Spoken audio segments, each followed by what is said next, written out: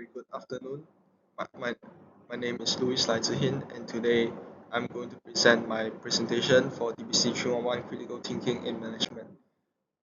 The organization I picked for the presentation is Uniqlo, which is a Japanese clothing retailer owned by fast retailing company headquartered in Tokyo. The company specializes in high quality, affordable casual wear for men, women, and children, and currently operates over 2,300 stores across more than 25 countries. Unlike many other fashion retailers, Uniqlo differentiates itself through in-house fabric innovations such as its popular heat tech and airism technologies, which combine with a simple, minimalistic style which helps the brand attract global a global customer base. But despite of that, Uniqlo also faces a huge issue, which is slow expansion and high investment costs.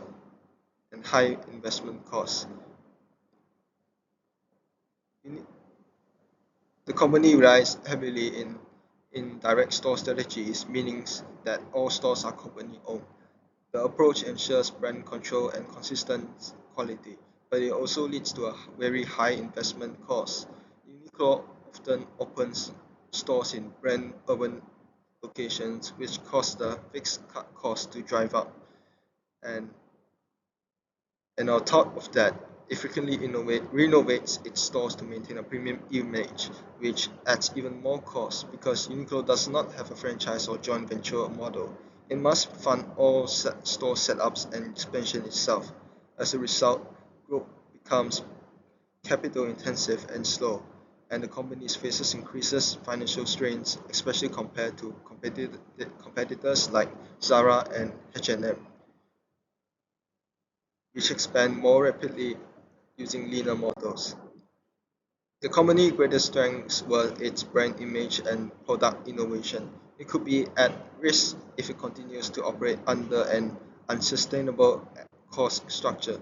By addressing these inefficiencies, Uniqlo can achieve several key advantages. They can they can expand faster into emerging Asia Pacific markets. Second, it can improve profitability by lowering overhead costs, and they can enhance resilience against economic downturns by maintaining flexibility in its store investments. By addressing these inefficiencies, Uniqlo can achieve several key advantages. First, they can expand faster into emerging Asia Pacific markets. In short, improving operational efficiency will allow Uniqlo to sustain growth while protecting its strong brand identity. To achieve this, we can look in one of the classic management theories that focus on improving productivity and efficiency. Second, it can improve profitability by lowering overhead costs. And third, it can enhance resilience against economic downturns by maintaining flexibilities in its store investments. The management theory I have chosen for the company for Uniqlo is the scientific management developed by Frederick W. Taylor in the early 1900s. Terrorism focuses on finding the one best way to perform a task using data, time motion studies, and systematic planning to maximize efficiency and minimize waste. It emphasizes standardization measurements and a clear division of resource responsibilities between management and workers. In the context of Uniqlo, this theory can help the company to reduce unnecessary costs and optimize store expansion by introducing standardized store layouts, data-driven site selections, and streamlined renovation process. And hence, terrorism provides a framework for Uniqlo to achieve more cost-efficient growth through structure, consistent, and evidence based on decision making. And for the key findings, the research, my researchers to these two articles were highly relevant and credible. First, Anderson explains that using data-driven site selections allows retailers to predict location performance by minimize rental costs, expand more efficient expand more efficiently. The direct relates to Uniqlo issues to high expansion costs and slow growth caused by expensive store placements. And second, Fiber's Z Fashion highlights how hybrid retail models which combine physical and online operations, reducing intermediary costs, improving pricing control, and enhance customer engagement. This approach allows companies to maintain flexibility while keeping costs under control. The first recommendation for Uniqlo is to adopt a data-driven approach to site selection.